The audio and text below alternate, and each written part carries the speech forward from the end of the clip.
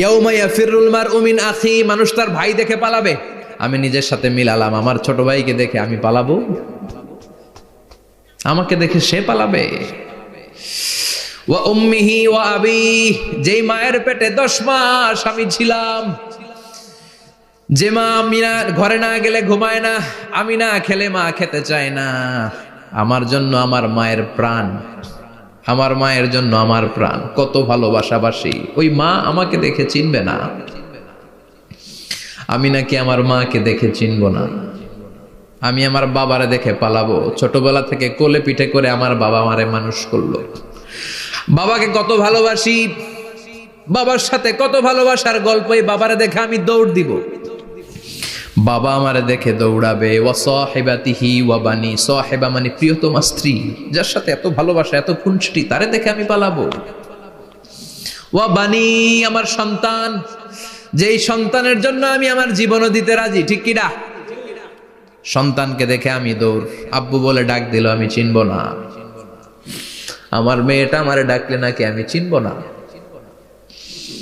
আমার মেয়েও আমারে চিনবে না। ইয়াউমা ইয়াফিরুল মারউ মিন আখিহি ওয়া উম্মিহি ওয়া আবিহি ওয়া সাহিবাতিহি ওয়া বানিহি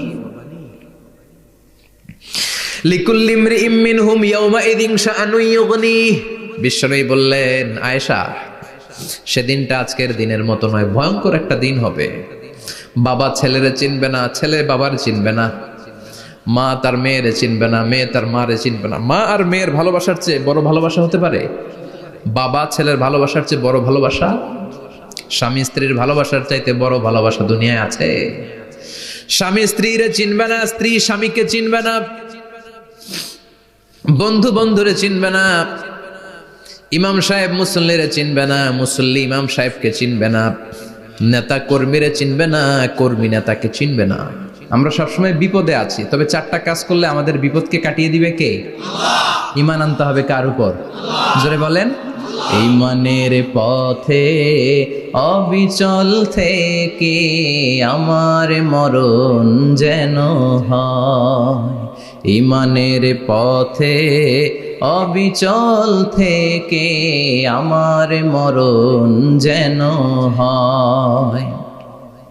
তোমারই কাছে মিনতি আমার, তোমারই কাছে মিনতি আমার, মহামহিম দয়াময়, ঈমানের পথে অবিচল থেকে আমার মরণ যেন হয়। পড়েন আমিন। চমৎকার দোয়া হয়ে গেছে না? ঈমানের পথে অবিচল থেকে আমার মরণ যেন হয়। আবার পড়েন আমিন। তো যেই ইসলামী সঙ্গীতগুলোর নাশিদগুলোর কথামালা সুন্দর, এগুলো আপনারা গাবেন, এগুলো হৃদয়কে টাচ করে। যেগুলো হৃদয় থেকে লেখা হয় এগুলো হৃদয়কে টাচ করে, যেগুলো হৃদয় দিয়ে বলা হয় এগুলো মানুষের অন্তরে যে টাচ করে, ঠিক কি না? বিশ্বনবী যা বলতেন হৃদয় থেকে বলতেন, প্রাণ খুলে বলতেন, প্রাণ থেকে বলতেন, যেটা মানুষের হৃদয়কে টাচ করত। আবার বিশ্বনবী কথা বলতেন কম, কিন্তু এটার অর্থ ছিল ব্যাপক। বিশ্বনবী বলতেন, ও তু জাওয়ামি আল কালিম, আমাকে আল্লাহ তাআলা জাওয়ামি আল কালিম দিয়েছে। বিশ্বনবী বলতেন অল্প, বলতেন অল্প, কিন্তু এটার অর্থ ব্যাখ্যা বিশ্লেষণ ভলিউমের পর ভলিউম হয়ে যায়, কিন্তু ব্যাখ্যা শেষ হয় না। সুবহানাল্লাহ। আবার বিশ্বনবী বলতেন, নুসিরতু বির-রা'বি মাসিরাতা শাহর, আমি যে এলাকায় দাঁড়িয়ে থাকি এলাকার ডানে বায়ে সামনে পেছনে 1 মাসের দূরত্বের রাস্তা পর্যন্ত ওই জায়গায় কোনো কাফের দাঁড়িয়ে থাকলে আমার ভয়ে তার অন্তর থার করে কাঁপে। ভয় দিয়ে বিশ্বনবীকে আল্লাহ তাআলা সাহায্য করেছেন। 1 মাস ডানে বায়ে সামনে পেছনে 1 মাসের দূরত্বের ভেতরে যদি কোনো কাফির মুশরিকদের আন্ডা বাচ্চাও থাকে, যত দূরেই থাকুক, বিশ্বনবীর ব্যাপারে তার অন্তরে ভয় আর ধুকধুকানি শুরু হয়ে যায়। সুবহানাল্লাহ পড়েন। এজন্য আমরা বিপদ কাটাতে পারবো না যতক্ষণ না ঈমানদার না হতে পারি। পাক্কা ঈমানদার হতে হবে। ওয়ালা তালবিসু ঈমানাহুম বিযুলমিন, তোমাদের ঈমানকে জুলুমের সাথে মিশ্রিত করো না। জুলুম মানে শিরক, শিরকের সাথে আমাদের কোনো সম্পর্ক নাই। ঈমান হতে হবে পাক্কা ঈমান। ঈমানের সাথে যদি শিরক ঢুকে ওটা কি পাক্কা ঈমান হয়? খালিস ঈমান হয়? মসজিদে যে নামাজও পড়েন, মাজারে যে সেজদাও দেন, এরকম আছে না নাই? মসজিদে যে আল্লাহর কাছে চায়, মাজারে যে বাবার কাছে চায়, আছে না নাই? মসজিদেও দান করে, আবার মাজারে যেও দান করে, আছে না নাই? না, আপনার এই ডবল স্ট্যান্ডার্ডকে থামিয়ে দিতে হবে, এটাকে ব্রেক করে ফেলতে হবে। আপনি চাইবেন শুধু একজনের কাছে, তিনি কে? বিশ্বনবী বলতেন, ইদা সাআলতা ফাসআলিল্লাহ, যখন চাইবা আল্লাহর কাছে চাও। হাত পাতবেন কার কাছে? ওয়া ইদা ইসতাআনতা ফাসতাইন বিল্লাহ, সাহায্য যদি চাও একমাত্র কার কাছে যাবা? আমাদেরকে সাহায্য করতে পারে কে? বিপদে পড়লে উদ্ধার করতে পারে কে? কবরে মাজারে পড়ে থাকা ব্যক্তি আমাদের উদ্ধার করতে পারে? কথা বুঝতেছেন তো? সহজ না কথাটা? এতজনের কাছে যাওয়া যাবে না, এতজনের কাছে মাথা নোয়ানো যাবে না, নোয়াবো এক জায়গায়, তিনি কে? আবার বিশ্বনবী বলতেন, এই শিরিক হচ্ছে আখফা মিন দাবিবিন নামাল, পিঁপড়ার গুটি গুটি পায়ের চেয়েও শিরকটা হলো বড় সূক্ষ্ম। পিঁপড়া যেমনি গুটি গুটি পায়ে মিষ্টির দোকানে ঢুকে যায়, যে মিষ্টি নষ্ট করে, শিরক তেমনি তোমার ভেতরে ঢুকে তোমার ইমানকে নষ্ট করে দেয়। আখফা মিন দাবিবিন নামাল। আপনি পাহাড় পরিমাণ গুনাহ নিয়ে, হাদিসে কুদসিতে এসেছে, সাগরের ফেনা পরিমাণ পাপ নিয়ে আল্লাহর কাছে হাজির হয়েছেন। আল্লাহ, আমি পাপী, আমি কি? পৃথিবী না জানুক আমি তো জানি, আমি কি পাপ করেছি হায়। পৃথিবী না জানুক আমি তো জানি, আমি কি পাপ করেছি হায়। আমার পাপের করলে বিচার, বাঁচার উপায় নাই আমার। দয়াময় প্রভু মাফ করো আমায়, মাফ করো আমায়। পড়ে না আমি? আমরা সবাই পাপী। আমরা কি? বিশ্বনবী বললেন, কুল্লুকুম খাত্তাউন, তোমরা সবাই পাপী। ওয়া খায়রুল খাত্তাইন আত-তাওয়াবুন, আর এই পাপীদের মধ্যে সবচাইতে ভালো পাপী ওই পাপী যেই পাপী পাপ করার পরে তওবা করে কার কাছে?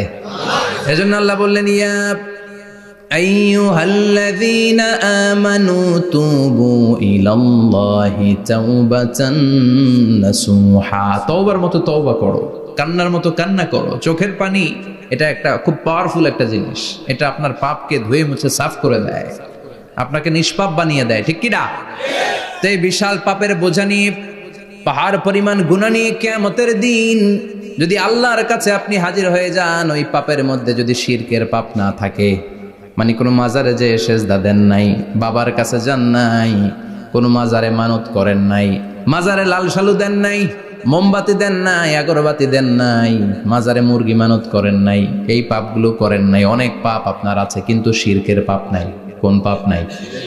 আল্লাহ বললেন, হাজার কোটি পাপ নিয়ে, পাপের বোঝা নিয়ে, পাহাড় পরিমাণ অন্যায় নিয়ে, গুনাহ নিয়ে যদি আমার সামনে আসো, আর এই গুনার মধ্যে যদি শিরকের কোনো গুনাহ না থাকে, তাহলে আমি আল্লাহ পাহাড় পরিমাণ দয়ার ক্ষমা নিয়ে তোমার কাছে হাজির হয়ে যাব।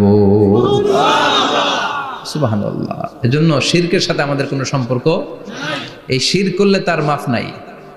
ইন্নাল্লাহা লা ইয়াগফিরু আন ইউশরাকা বিহি, শিরক করে ফেললে আর মাফ নাই। এটা ভয়ঙ্কর, এটা ক্যান্সারের চেয়ে ভয়ঙ্কর। ক্যান্সারের অ্যান্সার আছে, শিরকের কোনো অ্যান্সার নাই। লা ইন আশরাকতা লা ইয়াহবাতান্না আমালুক, যদি তুমি শিরক করো, তোমার রোজা, নামাজ, হজ, যাকাত, জিকির গুলারে বাতিল করে দিবে কে? এজন্য শিরকের সাথে আমাদের সম্পর্ক আছে। এত ওয়াজ আমরা করি, তারপরে অনেক জায়গায় ছবিতে দেখি যে মহিলারা যে মাজারে সিজদায় পড়ে থাকে। এজন্য এটা ছড়ায় দিবেন, এই মাহফিলের কথাগুলো, এই যে রেকর্ড হচ্ছে, এগুলো ছড়ায় দিবেন। গণসচেতনতার দরকার আছে। এই যত আমরা ট্রাই করে যাব, একটা সময় দেখবেন আমাদের এই সকলের একসাথে প্রচেষ্টার ফলে এই শিরক নামক ভাইরাস বাংলাদেশ থেকে আমরা বিদায় করে দিতে পারবো। চিল্লা এখন, ঠিক কিনা? এজন্য আমরা বিপদে আছি, তবে ইমানদার, শিরক ব্যতি রেখে খালেস ইমানের যদি অধিকারী হয়, আমাদেরকে বাঁচিয়ে দিবে কে? দুই নম্বরে ওয়া আমিলুস সলিহাত, কি বলছে মনে আছে তো? ইমান, ইমান আনলে বেঁচে গেলাম। আরেকটা কি? আমিলুস সলিহাত, নেক কাজ, ভালো কাজ। ভালো কাজ শুধু জিকির করার, নামাজ পড়া নাকি? না। আপনি কাউকে পরামর্শ দিলে এটাও ভালো কাজ। ঋণ দিবেন, ঋণ দিলে আপনার মর্যাদা বাড়ায় দিবে কে? অভুক্তকে খাওয়াবেন, বিপদে পড়লে সাহায্যের হাত বাড়িয়ে দিবেন। রাস্তায় দাঁড়িয়ে আছেন, একজন পথ চেনে না, পথ দেখিয়ে দিবেন। এটা অনেক সওয়াব। সূরা ফাতিহা একজনরে পড়ায় দেন, ওই লোক সারা জীবন সূরা ফাতিহা যতবার পড়বে তার একটা পার্সেন্টেজ সওয়াব আপনার আমলনামায় দিবে কে? আল্লাহ। তারপরে মানুষকে টাকা দিয়ে সাহায্য করবেন, অসুস্থ হয়ে গেলে রক্তের প্রয়োজন হলে গায়ের রক্ত দিয়ে সাহায্য করবেন, কবুল করবে কে? আল্লাহ। রক্ত দেয়া অনেক বড় ইবাদত, জানেন এটা? মুমূর্ষু ব্যক্তিকে যদি রক্ত দেন, আপনার এই রক্তের কারণে যদি কারো প্রাণ বেঁচে যায়, তাহলে আপনি কেমন যেন গোটা বিশ্বের সব মানুষের প্রাণ বাঁচিয়ে দিলেন।